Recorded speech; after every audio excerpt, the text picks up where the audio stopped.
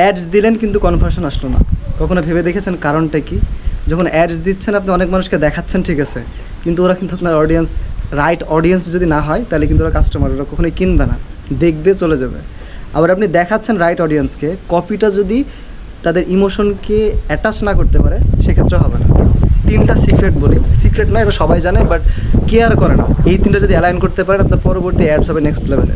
Number 1, টার্গেটটা fixed করেন, সময় দেন আপনার অডিয়েন্সটা কারা, কম্পিটিটরদের একটু অ্যানালাইসিস করেন।